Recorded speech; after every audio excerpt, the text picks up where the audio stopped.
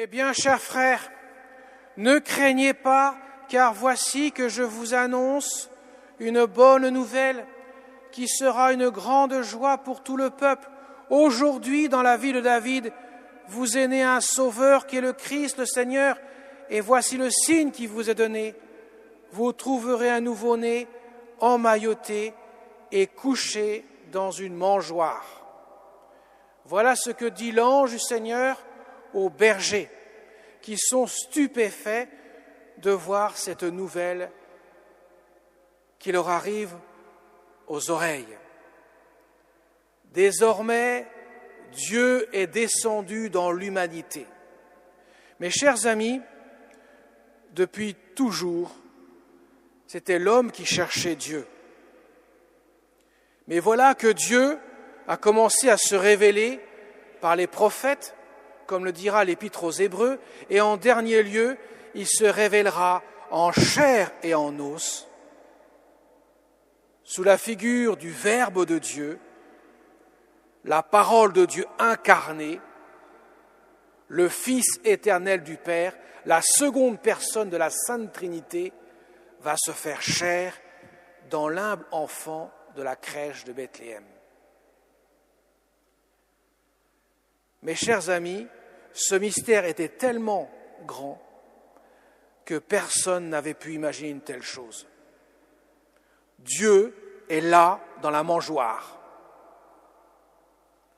Et il vient non pas tonitruant avec des armées, des troupes célestes qui viennent l'assister, non, il vient dans la fragilité d'un enfant, dans l'humble figure d'un bébé dans une mangeoire. Une mangeoire qui donne la signification profonde de ce qu'est cet enfant. Cet enfant a une mission, ce sera donner sa vie sur la croix pour sauver le monde. Dans quelques instants, je prononcerai les paroles de la consécration. Ceci est mon corps livré pour vous, ceci est mon sang versé pour vous. Le corps et le sang du Christ seront sur l'autel. L'enfant Jésus est né dans une mangeoire. Il se donne en nourriture pour que nous puissions vivre de sa vie. Mes chers amis, c'est une grande joie pour le peuple tout entier, pour l'univers entier, car enfin l'homme qui était en prise avec le péché, qui avait comme conséquence inéluctable la mort, voici que désormais brille la lumière de l'espérance. Cette certitude qui n'a rien à voir avec l'espoir, l'espérance va bien au-delà de l'espoir, l'espérance est la certitude que désormais le Christ a vaincu la mort en donnant sa vie sur la croix et en venant d'abord dans la crèche de Bethléem pour le manifester par la mangeoire où il va résider, pour s'offrir en sacrifice. Cette certitude que désormais Dieu s'offre aux hommes, il s'est fait homme pour que nous les hommes, nous puissions devenir Dieu avec la grâce. Ce qui veut dire partager son éternité divine dans le ciel. Voilà pourquoi c'est une grande nouvelle. Voilà pourquoi Jésus, le nom même Jésus, veut dire Dieu sauve. Il est Dieu fait homme, comme nous chanterons tout à l'heure à la crèche tout à l'heure, lorsque nous retirerons à la fin de la messe, on chantera, il est né le divin enfant, il est né l'enfant Dieu. Et en plus, il est le sauveur, celui qui vient sauver les hommes de la mort.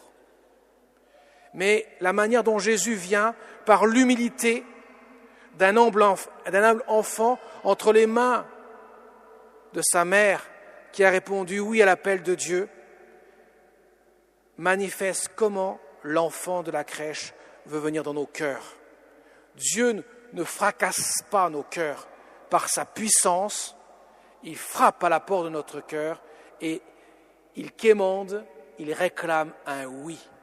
Comme il a demandé à la Vierge Marie 9 mois plus tôt, est-ce que tu veux bien être la mère du Sauveur?